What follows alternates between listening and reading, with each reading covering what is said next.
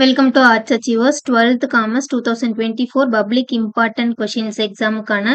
So இது வந்து பார்த்தீங்கன்னா 2 மார்க் 3 மார்க் 5 மார்க் கொடுத்துருக்கோம். ஸோ 5 மார்க் மட்டும் தனியாக நம்ம வீடியோ போட்டிருக்கோம். ஸோ அந்த 5 மார்க் ஃபாலோ பண்ணாலும் ஓகே தான், இல்லை ரெண்டையும் கம்பைன் பண்ணி பார்த்தாலும் ஓகே தான். ஸோ இதில் இருக்கிறது படிச்சிங்கன்னா உங்களுக்கு 70 to 80 மார்க் உங்களுக்கு வந்து கன்ஃபார்மாக வரும்.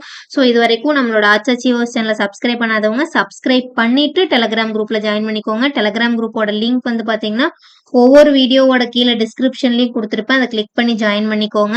ஸோ இதெல்லாம் வந்து ரொம்ப ரொம்ப இம்பார்ட்டன்ட். நம்ம மெட்டீரியலும் வந்து ப்ரொவைட் பண்ணியிருக்கோம். ஸோ இன்சைட் கொஷின் எப்படி கேட்பாங்க, கேஸ் ஸ்டடி, இது எல்லாமே வந்து பார்த்தீங்கன்னா நம்மளோட டெலகிராம் குரூப்ல அவைலபிளாக இருக்கு.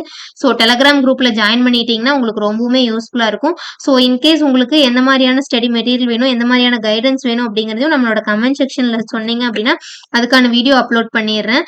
ஸோ உங்களுக்கு ஸ்டடி ரிலேட்டடாக எந்த மாதிரி ஹெல்ப் வேணாலும் நான் கைட் பண்ணுறேன். ஸோ மறக்காம நம்மளோட சேனலை சப்ஸ்கிரைப் பண்ணிருங்க. எக்ஸாம்ஸ் எல்லாமே நல்லா எழுதுங்க. எக்கனாமிக்ஸ் வந்து ரொம்பவுமே ஈஸியாக தான் கேட்டிருந்தேன். ஸோ சேம் லைக் தட் காமர்ஸும் அதே மாதிரி தான் இருக்கும். 1 or 2 ஒரு 10 மார்க்குள்ளே தான் இன்சைட் அப்படிங்கிறது வரும். ஸோ புக் பேக்கை தரவா படிச்சுக்கோங்க, படிக்கிறத தெளிவாக படிங்க.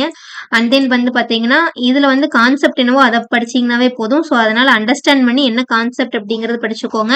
5 மார்க்கை பொறுத்த வரைக்கும் 5 ஹெட்டிங்ஸ் கண்டிப்பாக மேலே சினாப்சிஸ் போட்டு எழுதிட்டு அதுக்கப்புறம் எக்ஸ்பிளைன் பண்ணுங்க. அப்பதான் உங்களுக்கு வந்து ஈஸியாக இருக்கும். ஸோ தேங்க்ஸ் ஃபார் வாட்சிங். Subscribe Arts Achievers channel. All the best for your exams.